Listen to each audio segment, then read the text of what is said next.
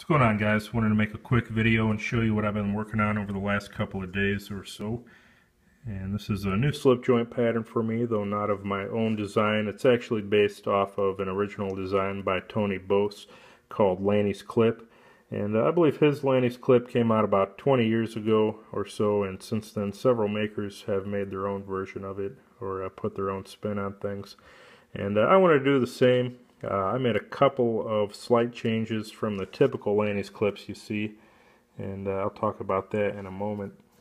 But overall, I'm very happy with how it came out. This is, I believe, my fourth fully completed slip joint, and I like to think I'm getting better with each one, although I still have a lot I could improve on and a lot to learn. I did learn quite a bit on this one, and again, pretty happy with how it came out. Now, I believe Tony's original Lanny's clip was about 4 inches closed. I think I've even seen a few that are larger than that, whether by him or other makers. I'm not sure which. But I wanted to make one that was a little bit more scaled down. This one's actually 3.5 inches closed. And I used a 60 thousandths thick piece of 1095 high carbon steel for the blade and back spring. After post-heat treat surface grinding. So it's about 60 thousandths at the ricasso there. And another thing that you'll normally see on the Lanny's clips are bolsters and liners. I decided to make a shadow pattern as I like a little bit lighter weight slip joint to carry around. And I decided to go ahead and go with a full flat grind all the way to the spine.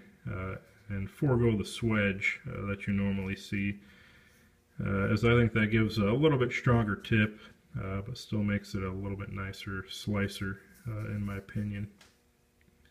So this is very thin and very sharp, and pretty lightweight as well. Now, typically on my last few slip joints, I've used 1/8 inch G10. I went ahead and went with some 3/16 thick on this. Just to make it a little bit thicker, fill the hand a little bit more. And it's pretty subtle, but you can definitely tell a little bit of difference there.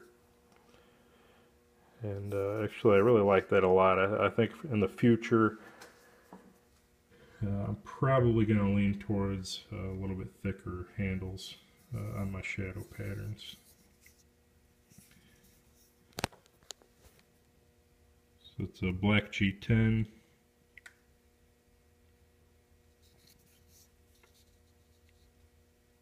Stainless pins. Let's see if I can get this camera set down where I can open it for you.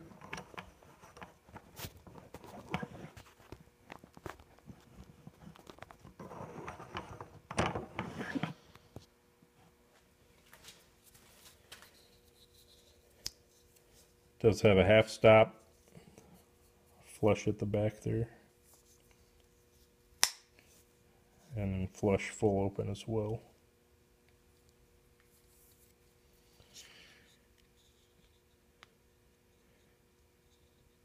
And I really like the design of Tony's clip points. They normally have a pretty nice belly to them and a pretty deep clip.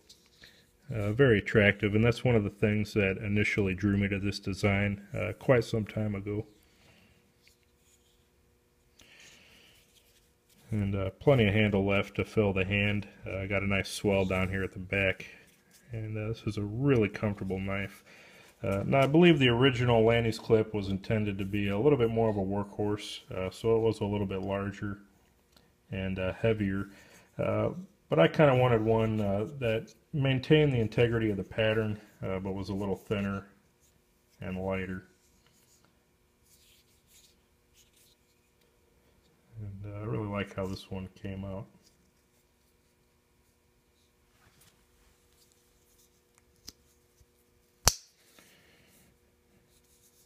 Got a nice strong pull on it. Not too strong. You can pinch it open or use the thumb or the nail nick. Nice walk and a good strong snap.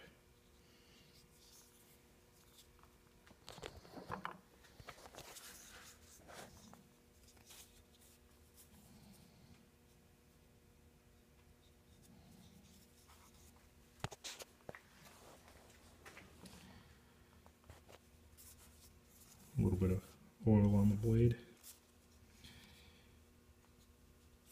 And as for the finish, I didn't get too carried away. I went with a nice polished satin finish,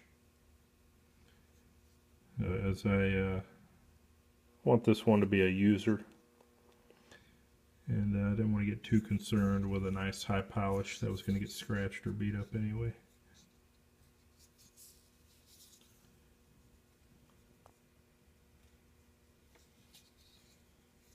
So that's pretty much it, guys. This one will be offered for sale, probably on my Facebook page, as well as maybe a forum or two. And this is the first of a few. I've actually got a few more started here. There are the rough cut pieces, already heat treated and surface ground.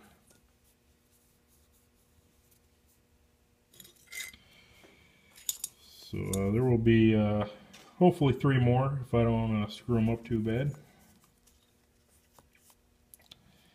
And they'll probably look pretty much like this when they're all said and done.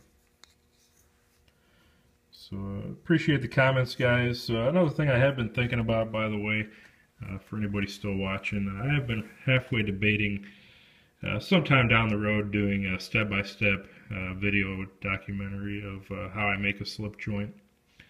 It'll probably be pretty involved, showing every detail from the beginning stages of getting the design dialed in to finished product, as you see here. But obviously there'll be a lot of videos, a lot of work, and I'd like to make a few more slip joints before I start really getting into how I do it. But if there's any interest there, let me know. Something I kind of been toying around with. I'll have to get my other video camera out with the tripod, and maybe get a little bit more creative with the filming than I normally do with just my iPhone here.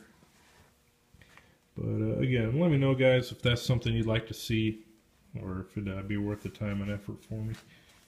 And something I'll definitely think about doing maybe sometime this year, if not in the very near future. So I think it'll be based on feedback, whether you guys want to see that or not. But I appreciate any thoughts, any criticisms, comments below. I want to thank everybody for watching, and we'll see you on the next one.